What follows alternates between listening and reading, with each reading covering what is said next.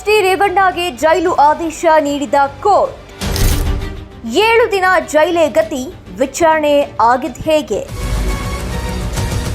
ಹೌದು, ಕಿಡ್ನಾಪ್ ಕೇಸ್ನಲ್ಲಿ ಬಂಧನ ಆಗಿರುವ ಎಚ್.ಡಿ. ರೇವಣ್ಣರನ್ನ 7 ದಿನಗಳ ಕಾಲ ನ್ಯಾಯಾಂಗ ಬಂಧನಕ್ಕೆ ವಿಧಿಸಿ ನ್ಯಾಯಾಲಯ ಆದೇಶ ನೀಡಿದೆ. ಕಳೆದ 1 ವಾರಕ್ಕೂ ಅಧಿಕ ದಿನಗಳಿಂದ ರೇವಣ್ಣ ಕೇಸ್ ಸಾಕಷ್ಟು ಸುದ್ದಿ ಮಾಡ್ತಾ ಇದೆ. ಮಹಿಳೆಯನ್ನ ಕಿಡ್ನಾಪ್ ಮಾಡಿಸಿರುವ ಆರೋಪದ ಮೇಲೆ ಮಾಜಿ ಸಚಿವ ಎಚ್.ಡಿ. ರೇವಣ್ಣರನ್ನ ಸ್ಪೆಷಲ್ ಇನ್ವೆಸ್ಟಿಗೇಷನ್ ಟೀಮ್ ಅರೆಸ್ಟ್ ಮಾಡಿ 4 ದಿನ ಕಸ್ಟಡಿಗೆ ಪಡೆದಿತ್ತು. ಕಳೆದ 4 ದಿನಗಳ ಕಾಲ ರೇವಣ್ಣ ಅವರನ್ನ ಎಸ್ಐಟಿ ತನಿಖಾಧಿಕಾರಿ ತೀವ್ರ ವಿಚಾರಣೆ ನಡೆಸಿದ್ರು. ಇಂದು ಕಸ್ಟಡಿ ಅಂತ್ಯ ಹಿನ್ನೆಲೆ ರೇವಣ್ಣ ಅವರನ್ನ 12ನೇ ಎಸಿಎಂಎಂ ಕೋರ್ಟ್ಗೆ ಹಾಜರುಪಡಿಸಿದ್ರು. ಈ ವೇಳೆ ಸುಮಾರು 40 ನಿಮಿಷಗಳ ಕಾಲ ವಾದ ವಿವಾದ ನಡೆಯಿತು.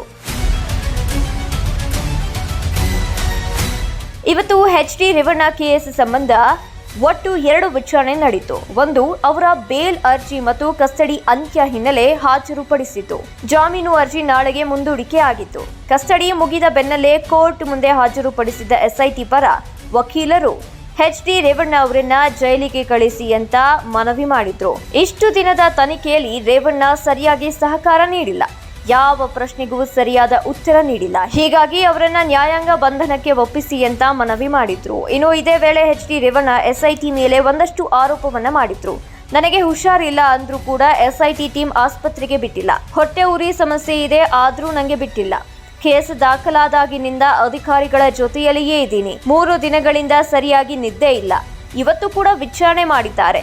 ನಾನು ಏನ್ ಹೇಳಬೇಕು ಎಲ್ಲವನ್ನೂ ಹೇಳಿದ್ದೀನಿ. ನಾನು ತಪ್ಪು ಮಾಡಿಲ್ಲ, ಅದನ್ನ ಹೇಗೆ ಒಪ್ಪಿಕೊಳ್ಬೇಕು ಅಂತ ನ್ಯಾಯಾಧೀಶರ ಮುಂದೆ ಮನವಿ ಮಾಡಿದ್ರು. ಅಲ್ಲದೆ ವಾರೆಂಟ್ ಇಲ್ಲದೆ ಮೊನ್ನೆ ನಮ್ಮ ಮನೆಗೆ ಬಂದಿದ್ರು ಅಂತ ಹೇಳಿದ್ರು. ಇನ್ನು ಎಚ್.ಡಿ. ರೇವಣ್ಣ ಪರ ವಕೀಲರು ಕೂಡ ನ್ಯಾಯಾಂಗ ಬಂಧನ ಒಪ್ಪಿಸುವ ವಿಚಾರವಾಗಿ ಆಕ್ಷೇಪಣೆ ಮಾಡಿದ್ರು. ತನಿಖೆಗೆ ಸಹಕಾರ ನೀಡಿಲ್ಲ ಅನ್ನುವ ಕಾರಣದಿಂದಾಗಿ ನನ್ನ ಕಕ್ಷಿದಾರನನ್ನ ನ್ಯಾಯಾಂಗ ಬಂಧನಕ್ಕೆ ಒಪ್ಪಿಸಬೇಡಿ, ವಿಚಾರಣೆ ಬಾಕಿ ಉಳಿದಿಲ್ಲ, ಹೀಗಾಗಿ ಜಾಮೀನು ನೀಡಿ ಅಂತ ರೇವಣ್ಣ ಪರ ವಕೀಲರಾದ ಮೂರ್ತಿ ಡಿ ನಾಯಕ್ ಮನವಿ ಮಾಡಿದ್ರು. ಇದೇ ವೇಳೆ ಮತ್ತೆ ತಮ್ಮ ವಾದ ಶುರು ಮಾಡಿದ ಎಸ್ಐಟಿ ಪರ ವಕೀಲರಾದ ಎಸ್.ಪಿ. ಜಗದೀಶ್ ಅವರು ಸಮರ್ಪಕವಾಗಿ ತನಿಖೆಗೆ ಉತ್ತರಿಸಿಲ್ಲ, ಅಂದ್ರೆ ಅವರನ್ನ ನ್ಯಾಯಾಂಗ ಬಂಧನಕ್ಕೆ ನೀಡೋದು ಕಾನೂನಾತ್ಮಕ ರಕ್ಷಣೆ, ಇದಕ್ಕಾಗಿಯೇ ಬಂಧನಕ್ಕೆ ನೀಡಲು ಕೋರಿದ್ದೇವೆ ಅಂದ್ರು.